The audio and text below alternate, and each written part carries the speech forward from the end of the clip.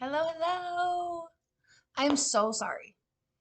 I have no damn good excuse. My life has just been a little crazy. My daughter had a dance competition on Saturday. It was my other daughter's birthday on Saturday. And my cousin was in town and it just threw me so off bunk. And I'm so sorry. Please, please, please, please, please forgive me for the delay in your videos. So I just went back and rewatched, and I believe that we are on. We just talked about your Mercury. So now we're going to go into your Venus. And when I was watching that, I don't know if I did fully explain that Mercury is your planet of communication and of planning and like interaction. I think I might have, but if I didn't, there's that one more time. Now we're going to talk about your Venus. Okay, so your Venus is your relationship sign, the planet of love, the planet of not just like passionate, intimate relationships either. Like this is going to be for like all things, okay? And I did notice in the last few videos, I did say like husband a lot. And again, I want to apologize for that as well because I don't know shit about crap. I really don't. So I do apologize for that. And I hope that that did not rub you the wrong way. I'm just going to start saying partner if that does come across as something that I'm feeling from the reading. Again, I am Kelly Joe, Sunshine Joe 420. This is a birth chart reading for a sun in.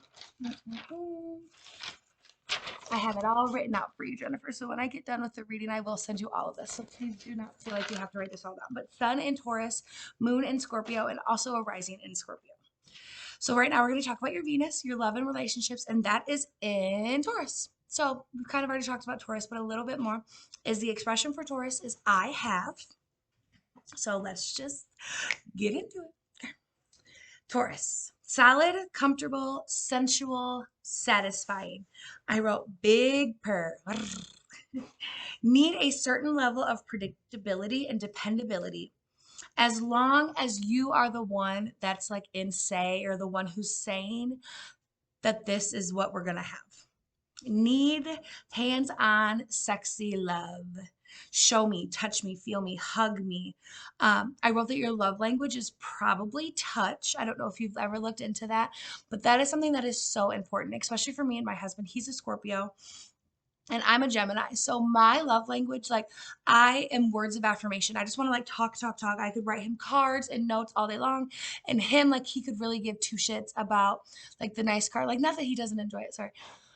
But like he would rather me just touch him because his love language is touch. And if you do not have an understanding of what your love language is, then you might be like getting love from people, but feeling that feeling of like unloved or like not having the emotion or like you're just not gonna feel how you want to feel. Sorry, just changing my settings a little bit here. So it's just always so important to do that. There are free websites that can do that for you, so you can just Google that. You might resist change and may be labeled as like comfortable or settled or boring, which I don't really think that you like to be called boring. So I said, LOL, I'm not for real. As much as you hate change, change is a constant factor in life. Like there is absolutely nothing that we can do about change. Like it's just going to happen. I know when I lost my mom when I was 16, there was a quote that really got me, and it was time moves on. Like time never stops. Time's not going to stop for us to like be sad or to deal with our emotions or to like do all of these things that we feel like we want to do. Like time is going, time is changing, time is moving. And if we're not like keeping up with it, we're going to get left behind. And to me, that is such like a really scary thought for me. So I just knew that I had to really understand that like I cannot predict change. It's going to happen, but I can predict how I'm going to act to that change. And that has so much to do with relationships because sometimes shit like plans fall through and sometimes things that are supposed to happen don't happen and sometimes things do happen how they're supposed to, but like you have a different outcome in those plans and that can just make you really upset. So I have just more of like a free flowing attitude with that. Um, grasp that in. Okay, okay, this is what I'm trying to say. So, you have to grasp that like your faithfulness in your lover, like you are going to have to find a lover, find a partner, find relationships in your life that this person is okay with being the one that's like kind of constantly like giving in. And I don't mean that in a bad way, but like where you're going to go to eat, where you're going to go to, what hotel you're going to stay at, what activities you're going to do. Like, and when you're fighting or when you're arguing, like a Taurus energy again is that bull-like energy, and you are not going to be the one to back down. You will be the one to do the analyzing, and you will come back to the situation and like be able to apologize and to talk about it. But in the moment, you're not the one that's willing to do that. So you have to find a partner, in my opinion, that is willing to just kind of like be the one that's like, okay, okay, and then move on from there. That would be like so helpful for you. And just having people who are not trying to like fight with you 24 freaking 7, because that is not, who wants to fucking do that? Do you know? Yes. Um, I said they have to be okay with being compromised in the voice of reason because it ain't you, girl. LOL. You are a very simple, natural, happy, and physical kind of lover. Harmony is the most important thing to you. Peacemaking and settling is your first reaction to conflict, but be careful to not make that too habitual. Your opinion does matter.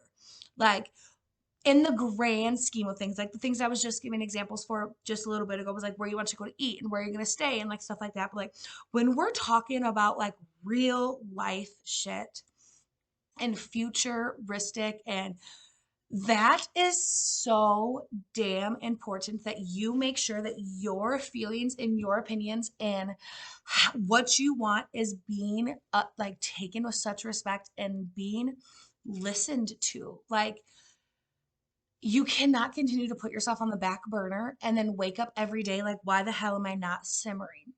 Well, because you put yourself on the back burner and it's not even on. You didn't even put yourself on to simmer overnight.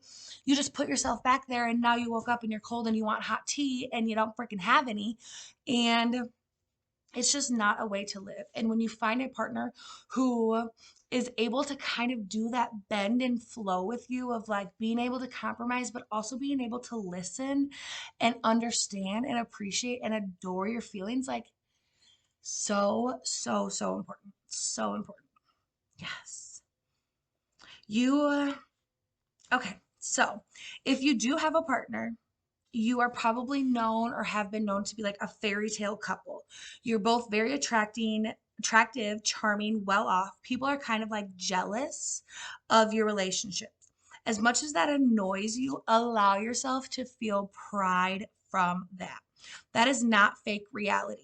Cherish and love and adore and value that love. If that really is a relationship that you have been blessed to have, and it might have been like really boring, or it might been like a lot of compromise or a lot of conflict, or maybe there's just like a lot of rift and raft going on in the season that you guys were trying to be together. Like, it doesn't, you guys deserve to be looked at as a couple. Like, you are that novel couple that people should look up to. You do respect each other. You do love each other. You do put each other's feelings first. You do motivate each other. Like, those are things that couples could only die to have. And it is so important that you really do love that and just know that you are so deserving of that. So, so, so deserving. The need for constant physical contact, lovey-dovey, touchy-feely, sexy love. I said it again, but do it. Do it. Do it to it. If it's been a while, spice it up. I mean, I know like me and my husband have gone through that too. We have 5 kids. Okay. I have a 2-year-old. We had to go through this whole thing. Like, have you ever done the like where you just like sit and hold each other's hands and just like look at each other? It's very awkward for the first like 2 minutes. But then it gets so deep and it gets so beautiful. And before you know it, okay, come on, man, thank you, man. Okay. Take that advice. If not, throw it away. Did say that some Tauruses in Venus have extra saucy hips, booty, back areas. It could be like one of their best features. I said the hips don't lie. And it's not, you know, Shakira. Yep. People are and will forever be magnetized by your charm and energy. Embrace it. Embrace it. You're deserving of having it. Embrace it. Okay, so that was the end of our Venus. Now we're going to move on to Mars. So Mars is our planet of action, like fiery, burning, like get shit done action. And your Mars is in Capricorn, which I think is probably the best placement. I don't know shit really about shit, but I think this. And it's because my husband has this placement. And I've done a lot of research and a lot of looking into it. And it's a very just like, um, oh, let's just talk about it. Okay. So the expression for Capricorn is I build.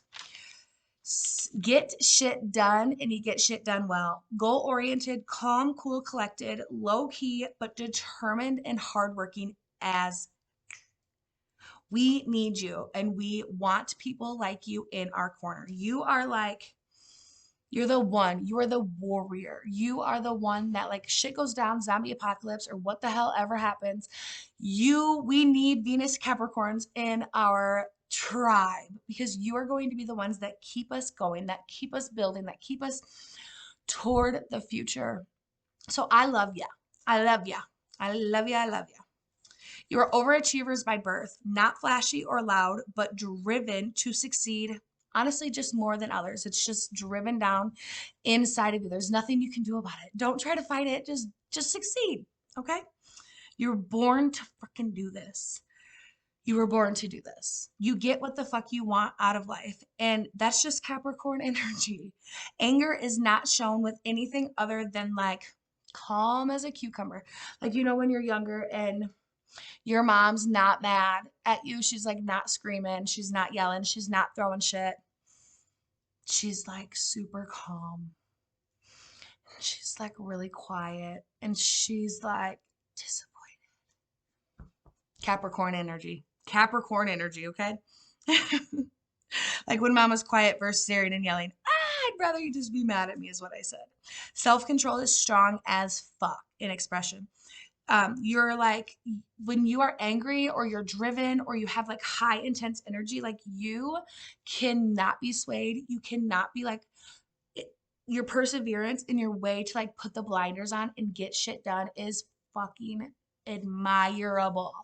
Admirable. You should feel so proud of that. Release the need. Oh, hold on. I missed one thing. So you really don't like disordered. I do this all the time. I always get so hung up. Orderliness. I don't even know if that's a fucking word. Whatever. Let go and let loose a little bit. Not everything has to be so like tight-nipped and controlled by you. When you release the need to control anything that is not you, your ability to plan for the future and your ability to get shit done will just like honestly skyrocket. You will be amazed at what you truly start doing and bringing to the table and offering people when you stop trying to control everyone and their damn mom. That's not what you're supposed to do.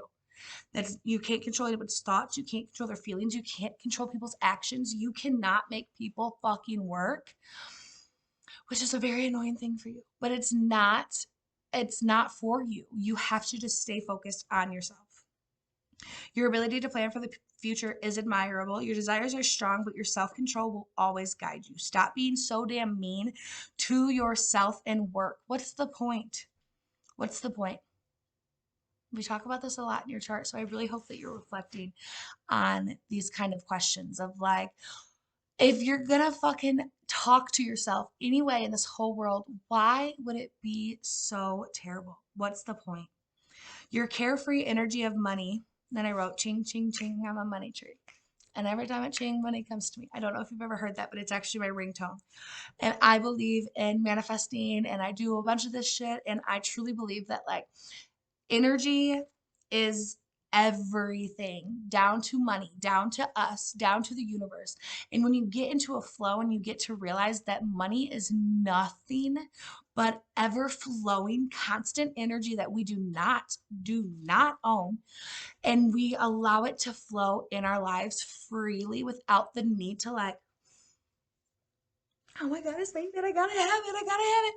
And more in a be thankful for it. It will come, it will go. Like your issues with money will get a lot better. Take that as you see.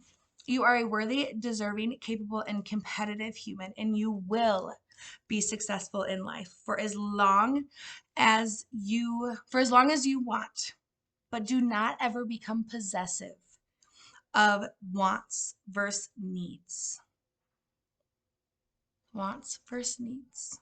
You can have anything you want and you can have everything you need, but nothing is yours to have forever. Does that make sense? Whew, that was deep. That was deep. I wrote, you got this shit, girl. Okay. I think we're going to take a break. I think we're going to pause there. And then I'm going to come back with just a few more. We're almost done. Check me. I think this is part 4. I'm coming back for part 5.